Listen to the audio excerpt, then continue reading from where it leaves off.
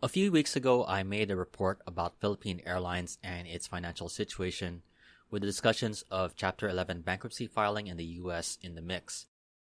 Recently, there have been more updates to the current situation of the airline, as the airline released its rehabilitation plans, which does include the Chapter 11 process. After earlier reports on aviation news outlets, the Philippine flag carrier announced on various channels, including its own dedicated website, its plans to improve its financial situation amid the ongoing COVID-19 crisis, which is still impeding the recovery of airlines around the world. After securing agreements with key shareholders, one of the first parts of the plan subject to court approval is a $2 billion permanent balance sheet reduction from existing creditors, which deals with the majority of its lessors, lenders, and other creditors. Along with a mass reduction in payments, Philippine Airlines will reduce its fleet capacity consensually by around 25%. The airline is also set to receive around $505 million in long-term equity and debt financing from its majority shareholder, along with $150 million in debt financing from new investors. With its agreements with its key shareholders, Philippine Airlines has voluntarily filed to enter the U.S. Chapter 11 Bankruptcy Protection process in the Southern District of New York. The airline will also make a similar but separate filing for recognition in the Philippines under the Financial Insolvency and Rehabilitation Act of 2010.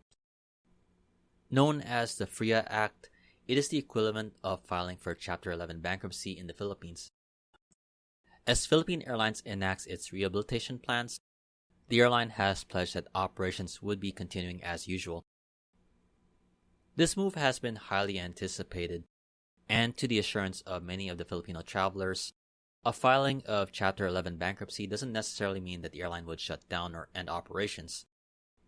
It's more of an opportunity for the airline to manage its finances and improve it, with the outcomes heavily dependent on the execution of their rehabilitation plans.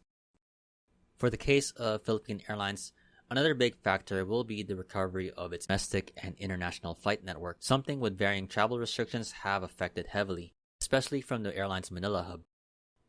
With a large unprecedented drop in passenger traffic, the problems for the airline has been mounting, leading to the mass reduction of its staff along with the reduction of its fleet. As of June 30, the airline reported a fleet of around 95 aircraft, and a 25% reduction would lead to the fleet being reduced to around 70 aircraft.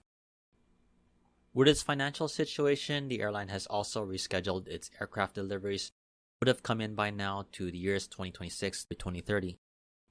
While Asia's oldest airline marks 80 years of service, this is indeed one of the darkest times for the airline's history, and one could argue this is the biggest crisis the airline faced compared to the situation that led to the shutdown of the airline in 1998.